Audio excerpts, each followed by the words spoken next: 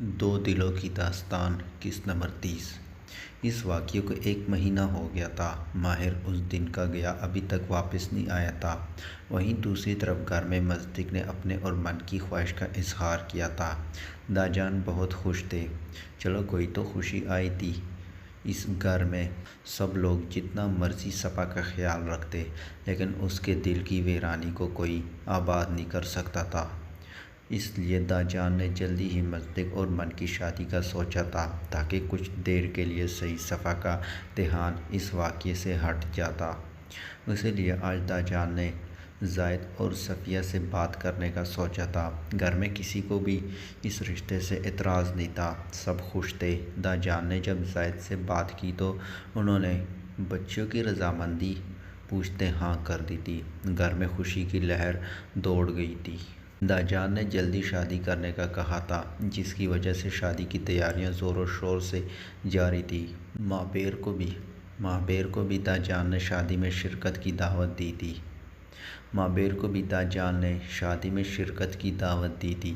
جو بھی تھا، ماہر نے جو کچھ بھی صفا کے ساتھ کیا تھا اس میں ماہبیر کا کوئی قصور نہیں تھا، اور ویسے بھی وہ رشتوں کو ترستا ہوا ایک اچھا انسان تھا اور داجان کو وہ اپنے پوتوں کی طرح ہی عزیز تھا۔ پہل تو ماہبیر کو یقین ہی نہیں آیا تھا کہ راجپوت فیملی نے اسے بھی دوبارہ فیملی کا حصہ مان لیا تھا۔ ماہر کے لیے وہ بہت فکر مند رہنے لگا تھا۔ ماہبیر جانتا تھا وہ دوسرے شہر والے فارم ہاؤس پر رہ رہا ہے، لیکن 1 مہینے میں ایک بار بھی وہ اس سے ملنے نہیں گیا تھا اور نہ ہی اس کی کسی کال یا میسج کا جواب دیا تھا، کیونکہ وہ ماہر کو معاف کرنے کا فی الحال کوئی ارادہ نہیں رکھتا تھا۔ آج مایوتی دلہنوں کا دلہوں سے مکمل پردہ تھا، جس کی وجہ سے مصدق اور من کا برا حال تھا۔ من تو پھر بھی کوئی نہ کوئی جگاڑ لگا لیتا تھا، لیکن مصدق بیچارہ بس صبر ہی کر سکتا تھا، اور دوسرا وہ گھر کا بڑا بیٹا تھا تو ساری ذمہ داریاں بھی اس پر تھی، جبکہ ظہیر تو کم ہی گھر پایا جاتا تھا۔ ظہیر نے اس واقعے کا ذکر کسی سے نہیں کیا تھا اور زہرا کو بھی سختی سے منع کیا تھا اس نے کہ وہ کسی سے اس بارے میں بات نہ کرے۔ باقی فیض چودھری اور اس کے ساتھیوں کا جو حال ظہیر اور بیس نے کیا تھا سب کے لیے عبرت بن گیا تھا۔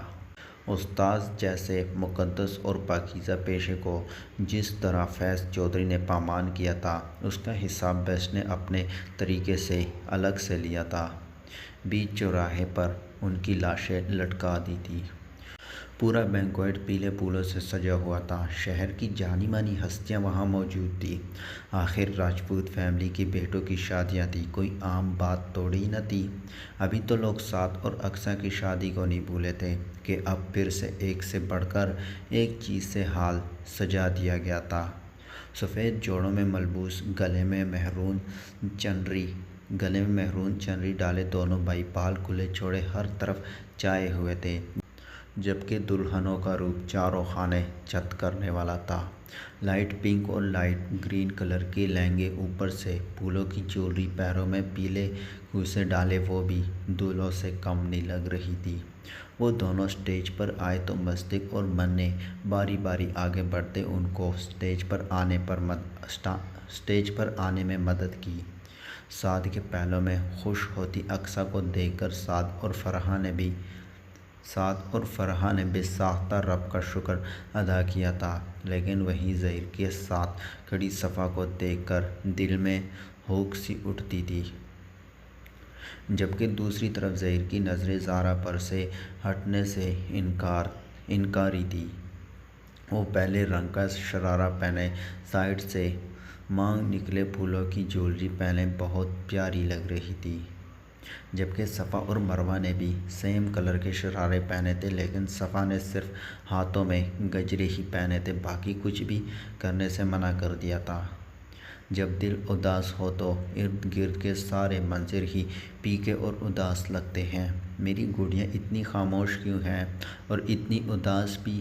ظہیر نے صفا کے کندھوں پر بازو پھیلاتے اسے خود سے لگاتے پوچھا تو وہ پھیکا سا مسکرا دی۔ کچھ نہیں ہوا ظہیر بھائی، میں کیوں خاموش ہوں گی؟ آج میرے دو بھائیوں کی شادی ہے تو میں کیوں اداس ہوں گی؟ اچھا تو پھر یوں سب سے الگ تھلگ یہاں کیوں کھڑی ہو؟ جا کر رسم کرو، سب لوگ رسم کر رہے ہیں، تم یہاں کیوں کھڑی ہو؟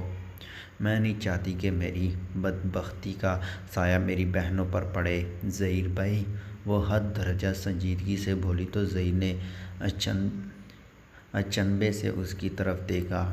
یہ کیا کہہ رہی ہو گڑیا، کچھ اندازہ بھی ہے تمہیں؟ سچ ہی تو کہہ رہی ہوں بھائی، میں نہیں چاہتی میرا منحوس سایہ بھی پڑے ان چاروں کی زندگیوں پر۔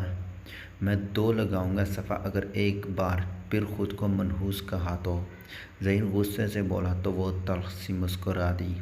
جس لڑکی کی بارات دروازے سے واپس لوٹ جائے، جس کو بڑی محفل میں ذلیل و رسوا کیا جائے، جسے ایک چیلنج سمجھ کر پورا کیا جائے، اس لڑکی کے معاشرے میں کوئی عزت نہیں ہوتی، وہ لوگوں کے لیے صرف گوسپ بن کر ہی رہ جاتی ہے۔ میں نہیں چاہتی میری یہ بدبختی کسی اور کو اپنی لپیٹ میں لے۔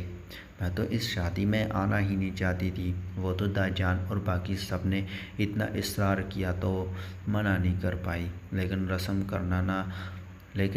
کرنا نہ کرنا تو میرے اپنے ہاتھ میں ہے، تو اس لیے میں کسی بھی رسم میں حصہ نہیں لوں گی اور نہ ہی مجھے کوئی مجبور کرے۔ آخری بات وہ ظہیر کو دیکھتے بولی اور وہاں سے چلی گئی۔ مروہ نے اسے کسی کام کے لیے بلایا تھا، جبکہ ظہیر سن سا کھڑا تھا۔ اس کی بہن اس حد تک سوچ رہی تھی، وہ ابھی بھی اتنی ہی اذیت میں تھی، مطلب سب کے ساتھ ہنسی خوشی رہنے کا وہ صرف ناٹک کر رہی تھی۔ یا اللہ، وہ اپنا سر تھامتے وہیں رکھی چیئر پر ڈہ گیا تھا۔ تقریب ختم ہوئی تو سب لوگ گھر کو لوٹ آئے تھے۔ وہ کمرے میں اندھیرا کیے رولنگ چیئر پر بیٹھے سگریٹ پیتا نم آنکھوں سے سب سوچ رہا تھا جو پچھلے دنوں ہوا تھا۔ یہ کام تو اس نے 2 ہفتوں میں ہی ختم کر دیا تھا ایاز انکل کے ساتھ مل کر، جبکہ مابیر کو اس نے اس کام سے بے خبر رکھا تھا، جو کہ ناممکن سی بات تھی، لیکن اب اس کی ہمت نہیں تھی کسی کا بھی سامنا کرنے کی۔ اس لڑکی کو تو وہ جہنم کی سیر کروا آیا تھا جس نے اس کی زندگی برباد کر کے رکھ دی تھی، لیکن اسے مارنے سے پہلے اس کی حالت اتنی بری تھی کہ وہ خود بھی حیران رہ گیا تھا کہ یہ کس نے کیا تھا اس کے ساتھ، لیکن مرے ہوئے کو اور کیا مارنا، وہ اسے وارننگ دیتے چھوڑ آیا تھا، لیکن ایسے وہ نہ زندوں میں تھی نہ مردوں میں۔ وہ دوبارہ ماضی میں کھو گیا جب اسے نکاح والے دن کال آئی تھی۔ نکاح والا دن، اس دن جب اسے ایک میسج ملا تھا تو اس میں صاف صاف دھمکی دی گئی تھی کہ اگر اس نے صفا سے نکاح کیا تو اس کا بہت بڑا نقصان ہوگا۔ ابھی وہ یہی سوچ رہا تھا کہ اسے اس نمبر سے کال آئی۔ کون ہو تم اور کیا چاہتے ہو مجھ سے؟ وہ سائٹ پر فون سنتے غصے سے دانت پیستے بولا۔ بہت اچھی طرح جانتے ہیں آپ کہ میں کون ہوں۔ اگر آپ نے نکاح سے انکار نہ کیا تو جو ویڈیو آپ کو بھیجی ہے وہ ضرور دیکھ لیجیے گا، اور آخری بات، آپ ابھی اور اسی وقت میرے پاس آ رہے ہیں اپنا نکاح چھوڑ کر۔ یہ کہتے ہی اس نے فون کٹک سے بند کر دیا تھا۔ جب اس نے ویڈیو دیکھی تو پیروں تلے سے زمین کھسک گئی تھی۔ اس کے اورفنیج ہاؤس کے بچے اس وقت بری حالت میں تھے اور ایک بچے کو بہت بری طرح سے مارا پیٹا گیا تھا۔ نیچے ایک میسج تھا، اگر آنے میں دیر کی اور نکاح سے انکار نہ کیا تو ہر 1 منٹ میں یہاں ایک لاش گرے گی۔ ڈیمو تو دیکھ ہی لیا ہوگا مسٹر ماہر خان۔ میسج پڑھ کر وہ غصے سے جبڑے پھینچ گیا۔ نظر بے ساختہ سامنے اٹھی تھی جہاں اس کی زندگی اس کا انتظار کر رہی تھی اور مروہ کی کسی بات پر ہنس رہی تھی۔ بہت مشکل تھا اس سے دور رہنا، لیکن یہاں بات ان یتیم بچوں کی تھی تو اسی وجہ سے اس معصوم کو اس معصوم کو بربادی کی نوید سناتے ہوئے وہاں سے چلا گیا تھا۔ اگلے کئی دنوں تک وہ اس کا پتہ کرواتا رہا کہ آخر کہاں چھپا رکھا تھا اس نے ان بچوں کو۔ وہ لڑکی جس نے ان بچوں کو اغوا کیا تھا وہ کوئی اور نہیں، اس کی اسٹوڈنٹ کومل تھی، جس کو صفا سے چڑ تھی اور وہ ماہر پر بری طرح مر مٹی تھی۔ آخر اسے ایک ایڈریس ملا جہاں پر اسے اکیلے میں بلایا گیا۔ وہ وہاں پہنچا تو کومل وہاں بہت بری حالت میں پڑی تھی اور بچے سب غائب تھے۔ نزدیک جانے پر پتہ چلا کہ وہ بے ہوش پڑی ہے، لیکن ساتھ ایک چٹ تھی جس پر لکھا گیا تھا کہ بچے بحفاظت اورفنیج ہاؤس پہنچ چکے ہیں۔ اس نے فوراً کال کی تو اورفنیج ہاؤس میں، جہاں اسے بچوں کی صحیح سلامت واپس آنے کی اطلاع دی گئی تھی، اس کے اورفنیج کے 2 گارڈ کومل سے ملے ہوئے تھے اور ان کا حال تو وہ پہلے ہی خراب کر چکا تھا۔ وہ کومل کو سیدھا فارم ہاؤس لایا تھا۔ آدھے ایک گھنٹے بعد اسے ہوش آیا تھا۔ اب وہ سہمی اور خوف زدہ نظروں سے ماہر کو دیکھ رہی تھی۔ وہ سامنے ہی اسے اپنی موت کی طرح دکھائی دے رہا تھا۔ صرف ایک دفعہ پوچھوں گا کہ کیوں کیا یہ سب؟ وہ اسپاٹ انداز لیے اس سے بولا۔ آپ کی وجہ سے کیا یہ سب؟ وہ بولی تو انداز میں شدت تھی۔ اس کی بات پر اس نے اچنبھے سے اس کی طرف دیکھا۔ میری وجہ سے؟ وہ حیران ہوا تھا اس کی بات سن کر۔ ہاں، آپ کی وجہ سے۔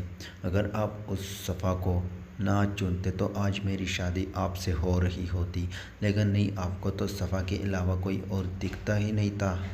کالج میں آپ اس کی طرف سے نظریں بھی نہیں ہٹا پاتے تھے۔ آپ کی کلاس میں صفا، آپ کے آفس میں صفا، آپ کے جسم میں صفا، آپ کے دل میں صفا۔ میں نہیں برداشت کر سکتی تھی اس کو آپ کے ساتھ۔ مجھے لگا کہ صفا سے سوری کرنے کے بعد شاید آپ کے دل میں میرے لیے کوئی ہمدردی جاگ جائے۔ ہو سکتا ہے آپ کو میں اچھی لگنے لگوں، لیکن نہیں، یہ میری سب سے بڑی بھول تھی کہ آپ کی نظر مجھ پر بھی پڑے گی۔ ہر طرف بس آپ کے لیے صفا ہی صفا تھی۔ زہر لگتی ہے وہ مجھے۔ اسی لیے آپ کی ہی گارڈز کے ساتھ مل کر میں نے آپ کی ہی اورفنیج کے بچوں کو اغوا کیا تھا کہ آپ کو بلیک میل کر سکوں، لیکن میرا سارا پلان فلاپ ہو گیا۔ یہ میری حالت دیکھ رہے ہیں کس نے کی؟ اس شخص نے مجھ سے کہا کہ وہ صفا کا بھائی ہے۔ اس کی خوشیوں کو برباد کرنے کی وجہ سے میں اس حال میں پہنچی ہوں۔ وہ چیخ چیخ کر بول رہی تھی، جبکہ صفا کے بارے میں اس کے خیالات جان کر اس نے بڑی مشکل سے خود پر کنٹرول کیا تھا۔ اپنی لیڈی گارڈز کی ہیڈ کو بلا کر اس نے جو حال کومل کا کیا تھا، وہ کوما میں چلی گئی تھی۔ ڈاکٹرز کے مطابق اس کا ہوش میں آنا ناممکن تھا، لیکن آج ہی ماہر کو پتہ چلا تھا کہ کسی نے بڑی بے دردی سے کومل کو مار ڈالا تھا۔ اسے شک تو اپنے بھائی پر تھا، لیکن کومل نے بتایا تھا کہ اس کی خراب حالت کرنے والا اس کا بھائی تھا۔ مستق منظر کون تھا وہ، یا شاید کوئی اور؟ وہ ابھی تک اس گتھی کو سلجھا نہیں پایا تھا۔ اوپر سے اتنے دنوں سے ماپیر نے بھی اس کی نہ ہی کسی کال کا جواب دیا تھا، نہ ہی کسی میسج کا۔ وہ انہی سوچوں میں گم تھا جب ملازم نے آ کر بتایا کہ ماپیر خان آئے ہیں۔ پہلے تو وہ حیران رہ گیا تھا، کیونکہ ماپیر اس سے سخت خفا تھا اور صاف صاف کہہ دیا تھا کہ اس کی شکل بھی نہیں دیکھنا چاہتا، لیکن حیرانگی چھوڑتے وہ بھاگتے ہوئے باہر نکلا تھا۔ چاہے وہ جتنا بڑا ہو جاتا، اسے اب بھی ماپیر کا کندھا چاہیے ہوتا تھا۔ وہ باہر آیا تو ماپیر صوفے پر ٹانگ چڑھائے اسی کو دیکھ رہا تھا۔ ماپیر کی نظریں تو اس کے حولیے پر تھیں۔ بڑی ہوئی داڑھی جسے کئی دنوں سے شیو نہیں کی ہو، بکھرے بال، لال آنکھیں، کالے ہونٹ جو سگریٹ پی پی کر اپنی اصلی حالت کھو چکے تھے، اور شاید کپڑے تو 3 دن سے بدلے بھی نہیں گئے تھے۔ مجنوں کا ورژن 2۔ مابیر اس کا حولیت دیکھتے منہ میں بڑبڑایا اور ناراضگی سے منہ موڑ لیا۔ اس کا یہ رویہ دیکھ کر ماہر کو اپنی آخری امید بھی ٹوٹتی نظر آئی۔ اس سے پہلے کہ وہ وہاں سے باہر جاتا کہ ایم کے کی بات سے بے یقینی سے مڑ کر اسے دیکھا۔ ہاں ہاں، اب یہاں سے بھی بھاگ جاؤ کہ کہیں بھائی کو گلے نہ لگانا پڑے، مابیر کا کہنا تھا کہ وہ جھٹکے سے واپس مڑا، اس کے سینے سے جا لگا۔ مابیر نے اسے زور سے سینے میں پہنچتے اس کے سر کو چوما۔ جان بستی تھی اس کی اپنے بھائی میں، آخر کب تک ناراض رہتا جب ماہر کا قصور ہی نہیں تھا بلکہ حالات ہی کچھ ایسے ہو گئے تھے۔ آئی ایم سوری بھائی، مجھ سے بہت بڑی غلطی ہو گئی ہے، پلیز مجھے معاف کر دے۔ مجھے جو بھی سزا دیں گے مجھے منظور ہے، لیکن مجھے خود سے دور مت کریں بھائی، میں مر جاؤں گا۔ ماہر کی آخری بات سن کر ایم کے نے اسے جھٹکے سے دور کیا۔ یہ بکواس آئندہ کی نا ماہر خان، تو میں خود اپنے ہاتھوں سے تمہاری جان لے لوں گا اور صفا کو بیوہ کرنے میں مجھے کوئی دقت نہیں ہوگی۔ ایم کے کی دھمکی سنتے وہ ہنستے ہوئے دوبارہ اس کے سینے سے جا لگا۔ آپ کو اب بھی لگتا ہے بھائی کہ صفا مجھ پر بھروسہ کرے گی؟ یہ تو مجھے نہیں پتا، لیکن ایک بات تو اچھے سے پتا ہے کہ میری بھابھی پلس بہو تو صفا ہی بنے گی، باقی کا تم خود دیکھ لینا۔ یہ صرف ایم کے کی زبان سے نکلے الفاظ نہیں تھے، ماہر کے لیے آب حیات تھے۔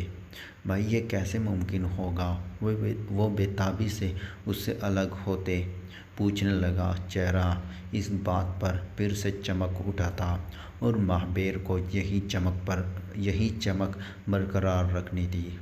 میرے ہوتے ہوئے میرے بھائی کی کوئی خواہش ادھوری رہے، ایسا ہو سکتا ہے کیا؟ کسی کی ہمت نہیں کہ میرے بھائی اور میری بہو کی خوشیوں میں رکاوٹ بنے۔ ٹکڑے ٹکڑے کر دوں گا جس نے اب ایسا سوچا بھی۔ اب جاؤ، جا کر انسان بن کر آؤ، پورے جنگلی لگ رہے ہو۔ وہ اس کے بال ماتھے سے سنوارتے بولا۔ بھائی ایک منٹ، کومل کو کہیں آپ نے تو؟